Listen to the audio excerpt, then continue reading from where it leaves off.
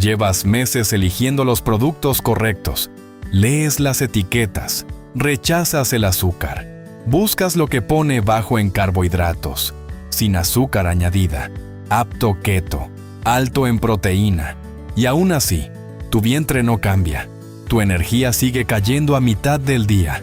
Tu cuerpo sigue acumulando exactamente donde no quieres. Hoy vas a entender por qué lo que creías que te protegía puede estar trabajando en tu contra, silenciosamente, cada noche mientras duermes. Si esto ya suena a algo que necesitabas escuchar, suscríbete ahora para no perderte lo que viene. Si tienes una bolsa de snacks sin azúcar en tu armario ahora mismo, lo que vas a escuchar en los próximos minutos va a cambiar la manera en que la miras. No es exageración, es fisiología. Durante años, la industria alimentaria construyó una narrativa muy conveniente. El azúcar es el enemigo, así que eliminamos el azúcar. Te damos los mismos productos, el mismo placer, la misma textura crujiente o cremosa que esperabas, pero sin el villano en la etiqueta, sin la palabra prohibida, sin el número que te hace sentir culpable. El problema es que el villano no desapareció, solo cambió de nombre. Y ese cambio de nombre está teniendo consecuencias reales en el cuerpo de millones de personas que creen que están haciendo lo correcto. Hay un mecanismo que ocurre en tu intestino, en tu corteza adrenal y en tus células de grasa que la mayoría de las personas que comen sano nunca han escuchado nombrar. Un mecanismo que empieza después de cenar, cuando apagues la luz y tu cuerpo entre en modo de reparación.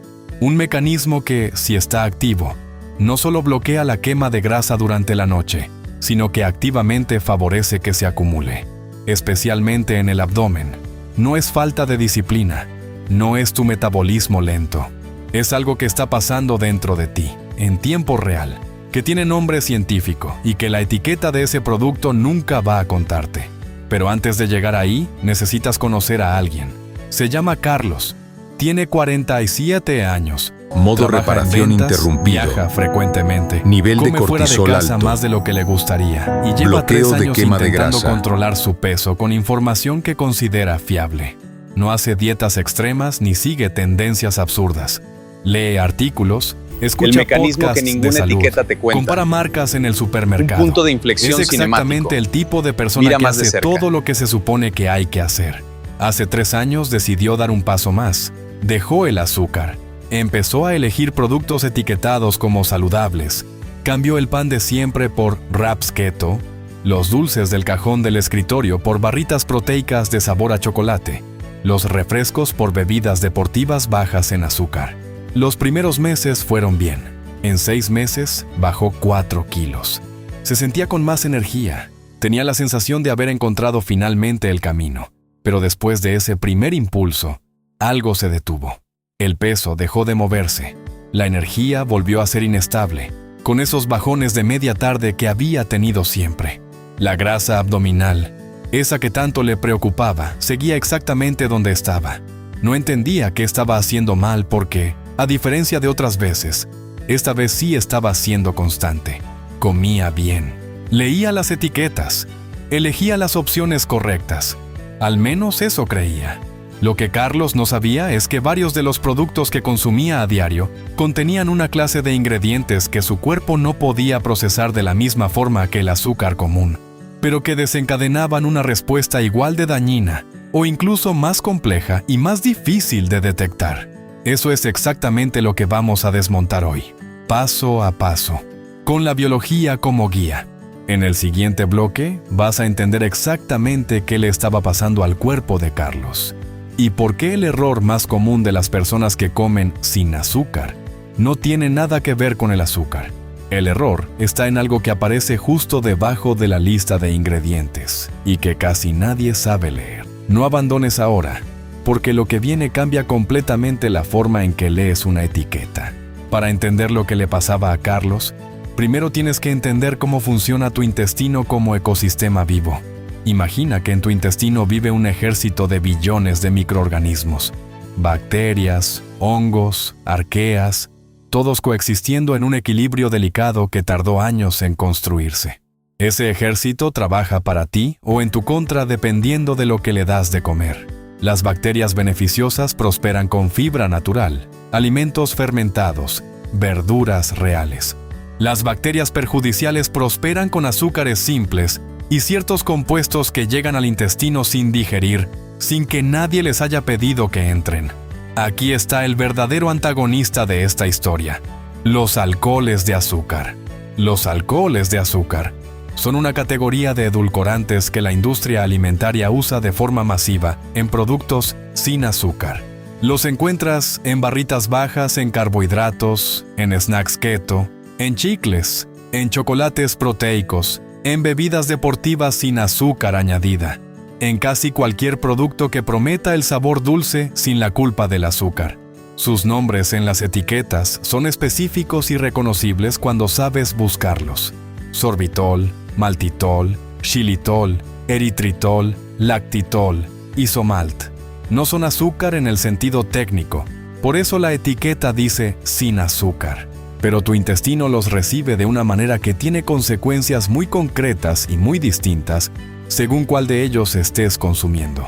La mayor parte de estos compuestos, especialmente el sorbitol y el maltitol, llegan al intestino grueso casi intactos. Tu intestino delgado no los absorbe bien. No tiene la maquinaria enzimática necesaria para procesarlos completamente, lo que significa que pasan directamente a donde vive tu microbiota, y ahí las bacterias los fermentan. Esa fermentación tiene un efecto secundario que muy poca investigación ha conectado públicamente con la grasa abdominal. Es un efecto que actúa preferentemente de noche, cuando tu cuerpo debería estar en modo de reparación y optimización metabólica, y que tiene que ver con una hormona que ya conoces pero que probablemente no estás relacionando con ese snack que comes creyendo que te ayuda. Llegaremos ahí. Pero antes necesitas entender el primer eslabón de la cadena. La fermentación no es inocua. Produce gas, distensión abdominal y una cosa muy específica: altera el pH intestinal y genera un estado de irritación local que tu sistema inmune interpreta como una señal de amenaza.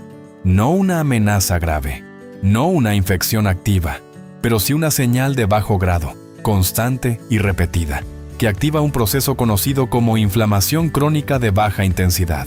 Piensa en la inflamación crónica como un fuego lento que quema tu cuerpo por dentro, sin que lo veas ni lo sientas claramente.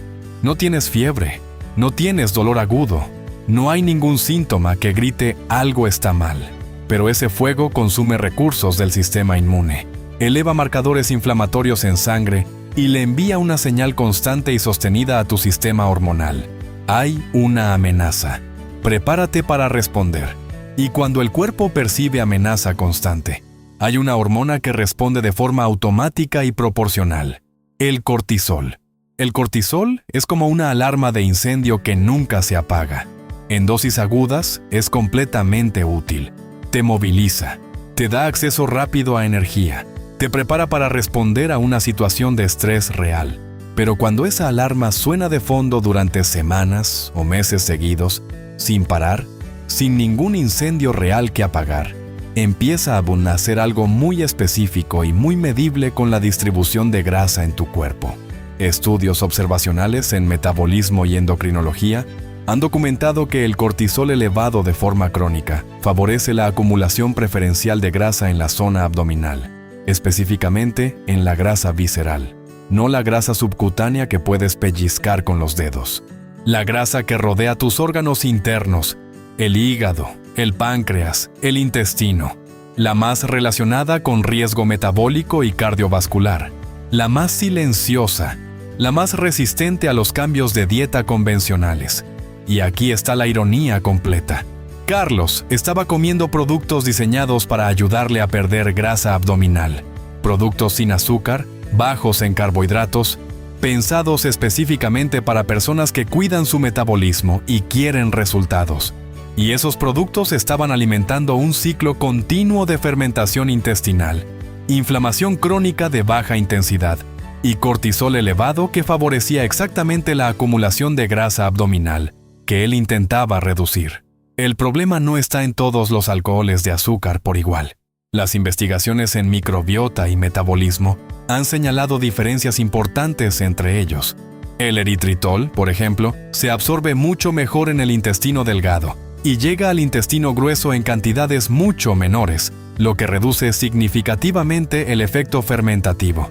El xilitol tiene un perfil más moderado, pero el sorbitol y el maltitol, los más baratos de producir y los más utilizados en las gamas económicas de barritas, galletas proteicas y snacks low carb, son los que generan mayor fermentación, mayor distensión y, en consecuencia, mayor señal inflamatoria. El problema es que la mayoría de las personas no distinguen entre ellos. La etiqueta dice sin azúcar y el cerebro lee seguro. La industria lo sabe y construye sus productos y su comunicación exactamente sobre esa confusión.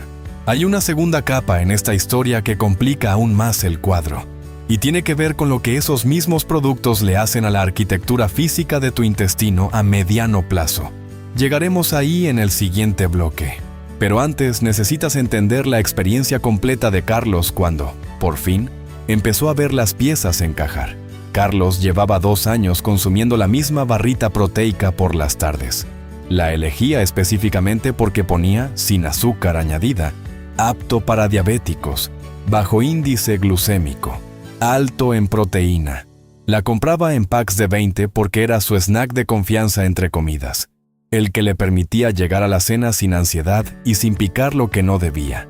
En sus viajes de trabajo siempre llevaba 3 o 4 en la maleta. Era su seguro de alimentación.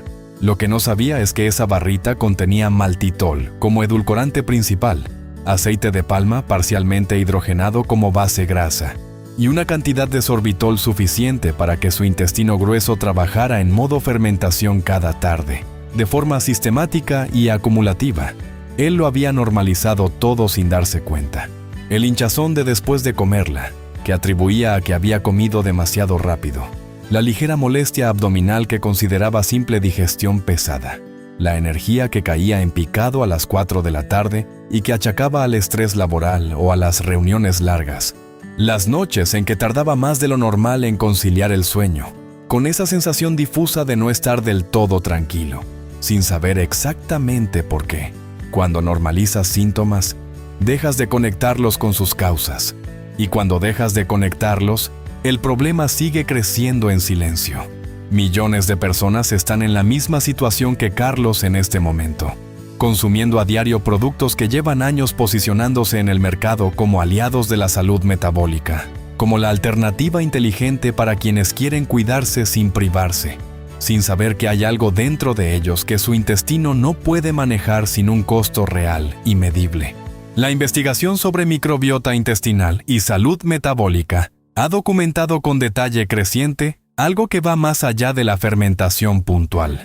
Cuando las bacterias oportunistas del intestino reciben sustrato fermentable de forma continua, como ocurre cuando consumes productos con sorbitol o maltitol cada tarde durante semanas o meses, no solo producen gas, producen también ácidos grasos de cadena corta en proporciones alteradas y generan señales moleculares que van comprometiendo la integridad estructural del revestimiento intestinal. A ese fenómeno se le llama hiperpermeabilidad intestinal, o coloquialmente, intestino permeable. Imagina el revestimiento de tu intestino como una malla muy fina, diseñada con precisión para dejar pasar únicamente lo que necesitas, nutrientes específicos, agua, moléculas seleccionadas, y bloquear todo lo demás.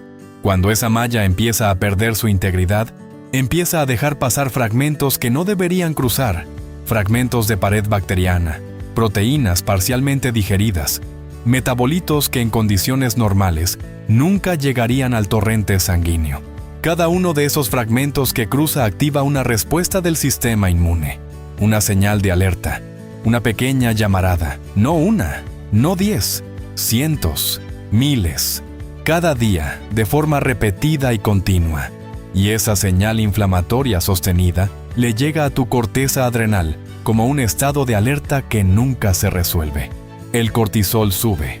Cuando el cortisol sube de forma crónica, la insulina sube en respuesta para regular el metabolismo glucémico. Y cuando la insulina está elevada de forma crónica, aunque sea levemente, ocurre algo que bloquea completamente un proceso que tu cuerpo necesita para movilizar grasa, la enzima conocida como lipasa sensible a hormonas. La llave molecular que abre tus células de grasa y permite liberar la energía almacenada no puede activarse.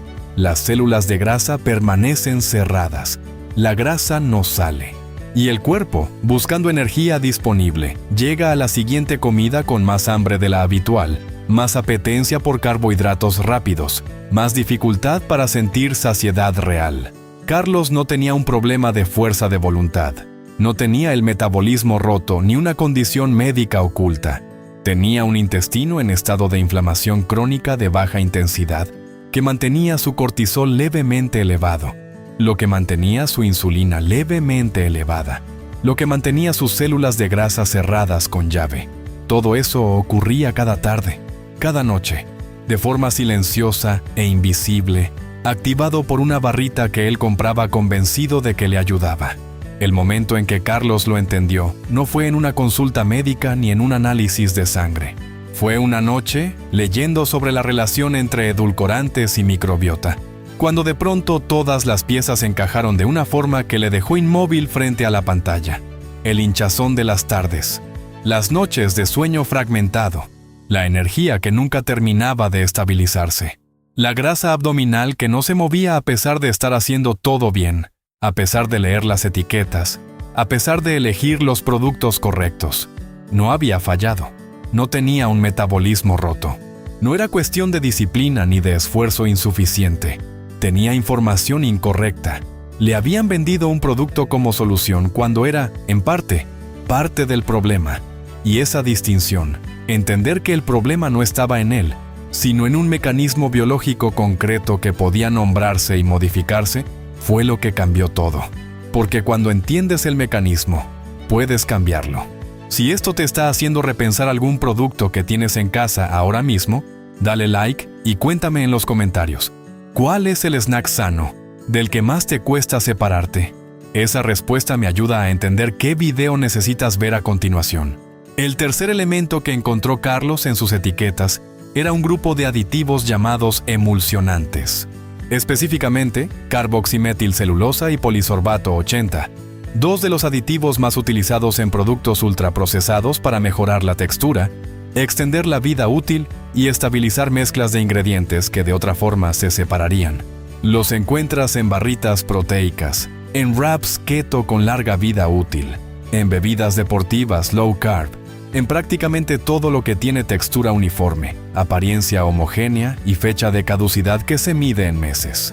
Investigaciones en gastroenterología y biología intestinal han observado que estos emulsionantes pueden alterar la capa de mucosa protectora que recubre el revestimiento del intestino, la barrera que actúa como primera línea de defensa entre el contenido intestinal y las células epiteliales.